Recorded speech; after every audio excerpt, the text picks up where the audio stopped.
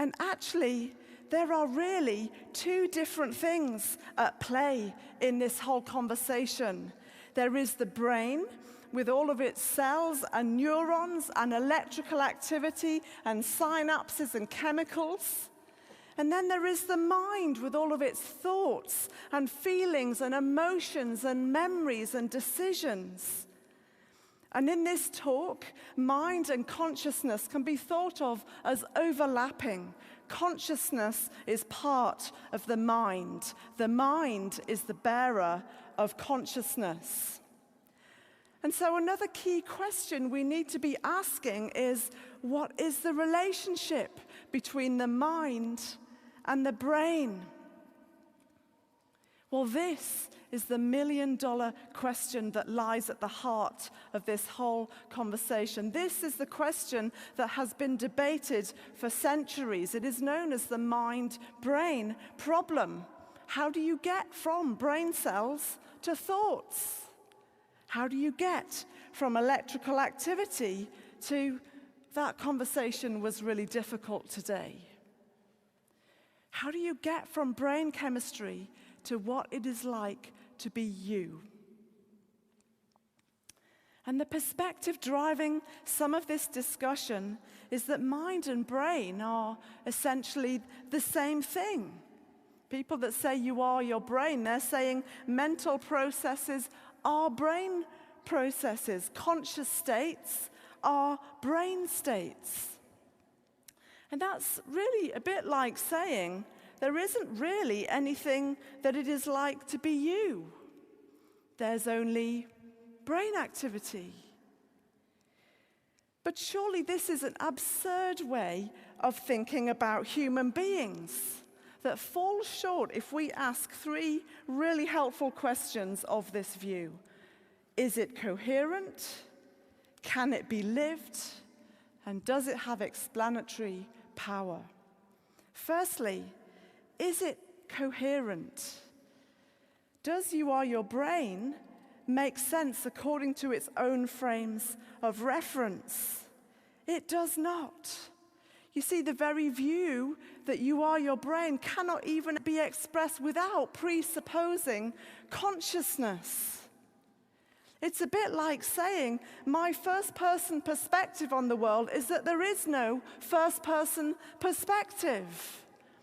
You see, to deny consciousness is itself a conscious act. We cannot escape consciousness.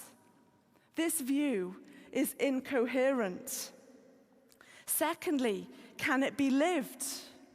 Do we live as though we are walking packs of neurons? We don't. We live as though we each have a unique first-person perspective on the world. We write and read autobiographies, by and large, is assuming their truthfulness of that person's experience. Mindfulness gurus tell us to focus on this inner self for a better state of well-being. Even the post-truth society that we find ourselves in defines truth by experience. So which is it? We have tied ourselves up in philosophical knots. Either there is a first-person experience by which you define this new post-truth, or you don't. Moreover, we treat others as though they are conscious beings as well. We experience outrage and anger at things like human trafficking, humanitarian crises, and climate change, precisely because we believe that the people involved are not simply packs of neurons, but conscious beings who experience suffering. It cannot be lived. We don't live this way. We might believe it in the lecture theatre. We don't live it on the streets. Thirdly, does it have explanatory power? Does it help make sense of the world? If something is true, it should help us make sense of the world rather than throw us into further confusion. Does the view that you are your brain make sense of human beings? Does it help explain what it means to be a person? It doesn't. It fails to explain this inner you that we all seem to have, and chalking it all down to cell voltages, neurotransmitters, and blood flow changes is simply not enough.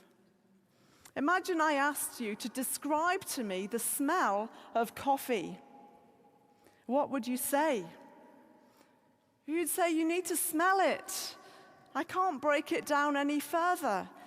And you couldn't offer me a diagram of the chemical structure of caffeine and how it interacts with water. That won't get me any closer to understanding the smell of coffee. And philosophers talk about qualia. And qualia are these qualitative experiences that are impossible to describe physically. And we have these experiences all the time, things like seeing a color or tasting a food. And many scientists and philosophers believe that brain processes alone are not enough to explain qualia. Brain activity is not enough to explain human experience. And in fact, science from the clinic is suggesting that the connection between human consciousness and brain activity is much more complex than simply brain chemistry. There was a groundbreaking imaging study led by Professor Adrian Owen at the University of Cambridge, published in the journal Science in 2006, where they studied patients in a persistent vegetative state to see if there were signs of consciousness.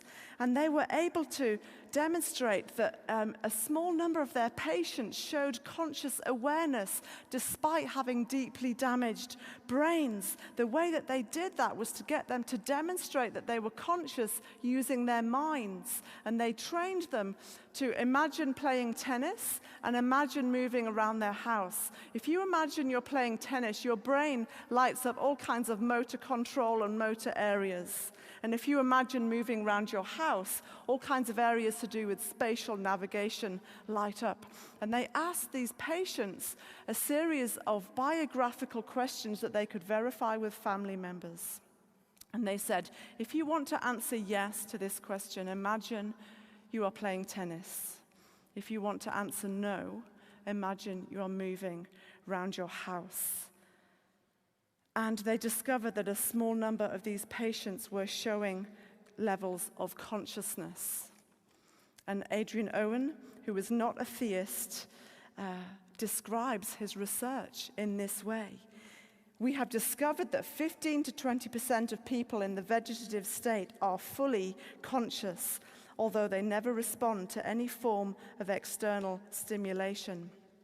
Many really are as oblivious and incapable of thought as their doctors believe, but a sizable number are experiencing something quite different. Intact minds adrift deep within damaged bodies and brains. For example, Michael Egnor, professor of neurosurgery at Stony Brook, makes the point that many of his patients are missing large parts of their brains, but have quite good minds. And after 30 years of working in this field, Egnor has concluded that the mind of a person is simply beyond the workings of their brain.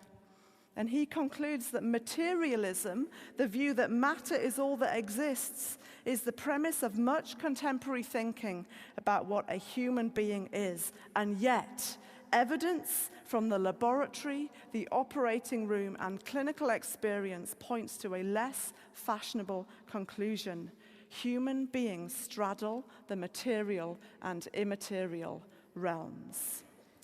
Now, to finish, we could say that much discussion is taken up with what consciousness is. But a way to break the philosophical stalemate is to return to where we started and ask, why does it exist in the first place? What is it for? Now, to discern the purpose of something, the scientific approach is often to trace it back to its origins, to its beginnings. Well, what are the origins of consciousness? Where did consciousness begin?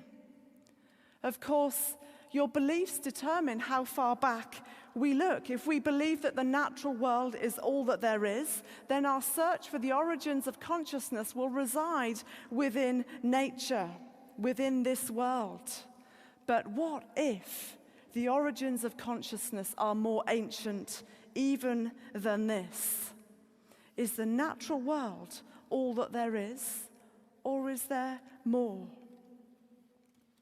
And if nature alone is not enough to explain human consciousness, perhaps we need to expand the scope of our search beyond nature.